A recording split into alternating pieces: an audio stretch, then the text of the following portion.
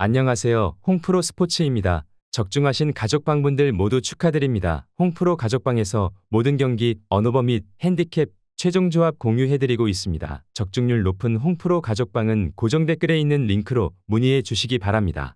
8월 10일 J리그 일본 축구 2부 리그 총 7경기 분석 시작하겠습니다. 첫 번째로 이와키 대 에임의 경기 알아보겠습니다.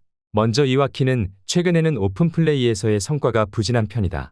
물론 최근 두 경기에서는 모두 멀티 득점을 기록했지만 상대의 퇴장자가 나오거나 롱스로인과 세트피스로 골을 우겨넣은 케이스에 가깝다고 보는 것이 낫다. 물론 전체적으로 하위권 팀을 상대로 압박을 통해서 플레이를 방해하는 능력치는 있는 편이다. 에이메를 상대로도 2승 1무로 최대한 골을 허용하지 않는 식으로 접근해서 이득을 상당히 챙기는 케이스라고 볼 수 있을 것이다. 이어서 에이메는 전반을 어느 정도 버티고 후반에 승부를 보는 식의 실리적인 운영을 선호하는 편이다. 다만 이 에너지 레벨의 소모가 상당히 결정적인 순간에 약한 흐름으로 이어지는 것도 사실이다.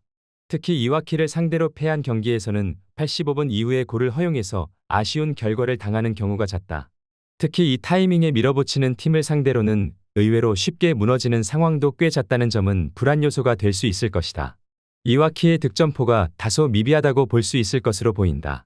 그래도 에이메가 버티는 상황에서 늘 체력 소모가 상당히 심한 편이다. 따라서 어느 정도 결정적인 시간대에서는 이와키가 보여주는 전방에서의 힘이 유효할 것으로 보는 것도 합리적이라고 할 수 있을 것이다. 이와키 승리를 추천합니다. 두 번째로 미토 대 베갈타 센다이 경기 알아보겠습니다. 먼저 미토는 지난 경기에서는 본인들이 가진 수비력의 힘이 빛났다. 물론 한 골을 허용하기는 했어도 리그에서 가장 많은 골을 넣고 있는 나가사키도 미토의 블록에 상당히 고전하는 모습을 보였다. 이를 바탕으로 역습을 이어가는 것으로 재미를 보고 있는데 요코하마 상대로도 중앙에서의 압박을 드리블로 깨부수는 퍼포먼스를 보여준 바 있었다.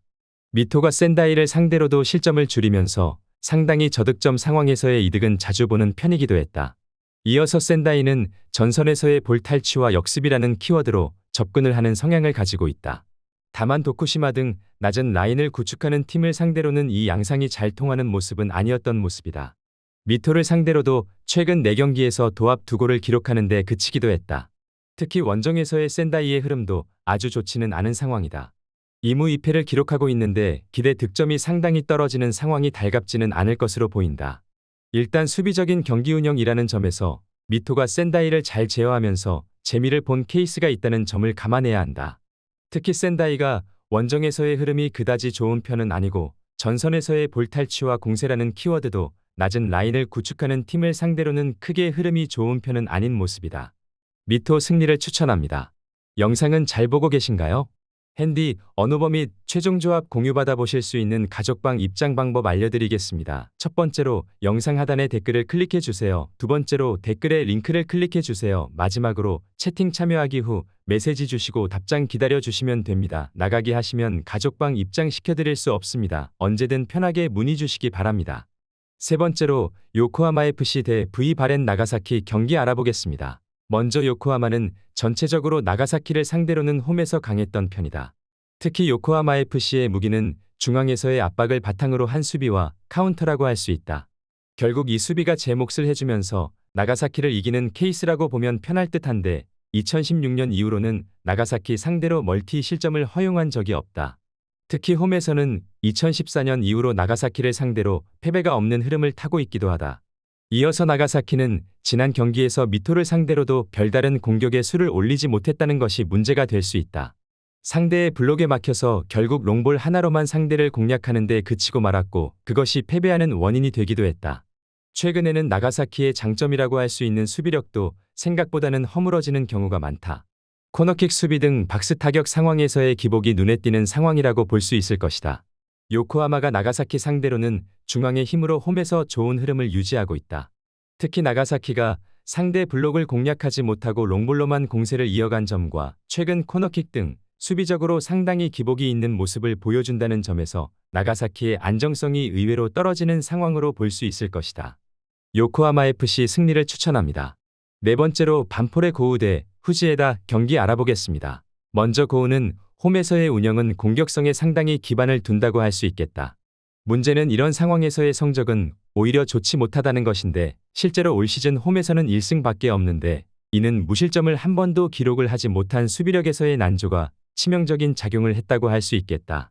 특히 후지에다 상대로 이기는 매치에서도 늘 실점이 나오는 등 공격성에 대한 반작용은 꾸준히 팀을 괴롭혔던 케이스라고 볼 수 있을 것이다.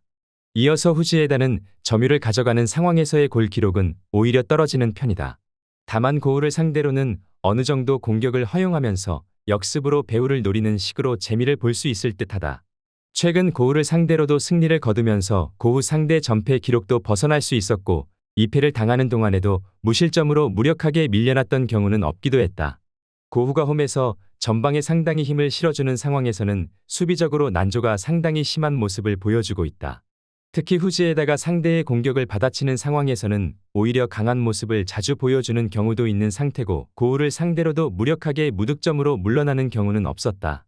무승부를 추천합니다. 영상은 잘 보고 계신가요?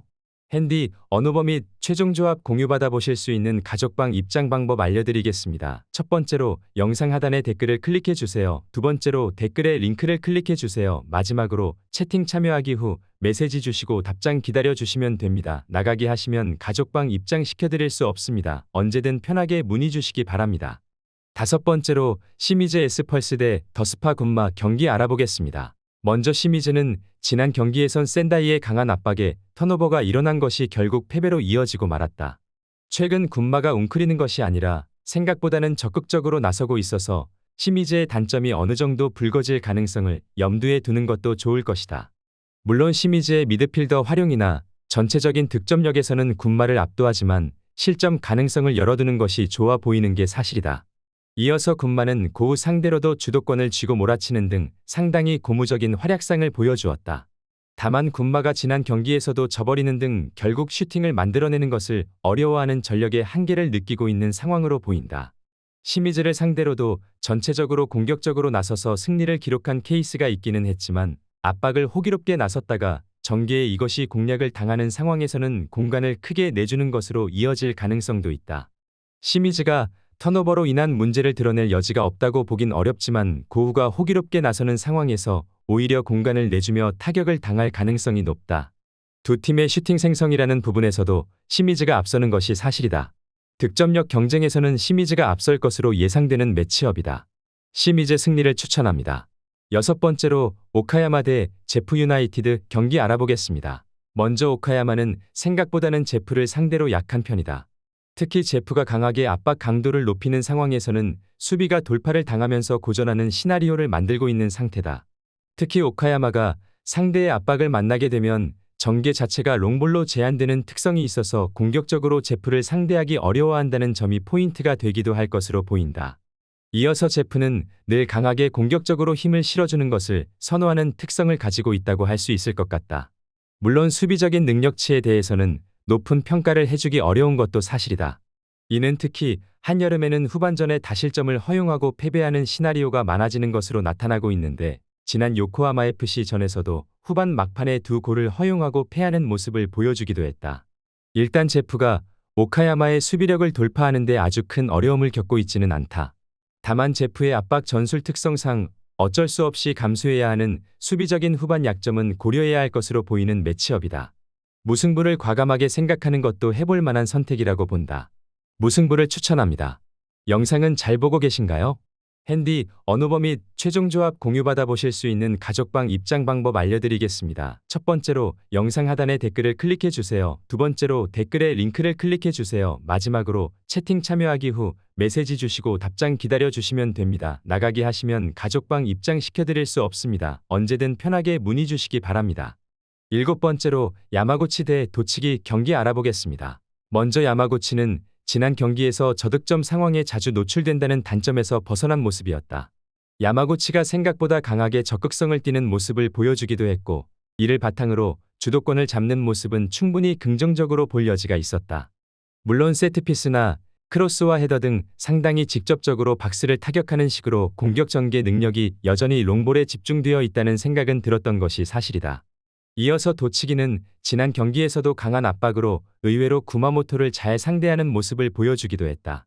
물론 지난 경기에서도 세트피스 두 방으로 겨우 두 골을 기록하는 등 여전히 좋지 못한 공격적인 흐름을 보여주기도 했다.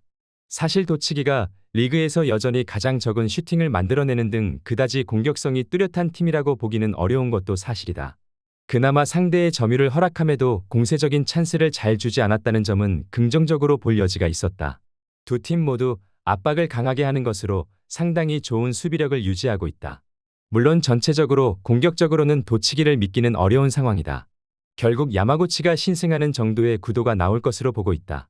무승부로 분산 투자하는 것도 나쁘지 않은 선택지라고 본다.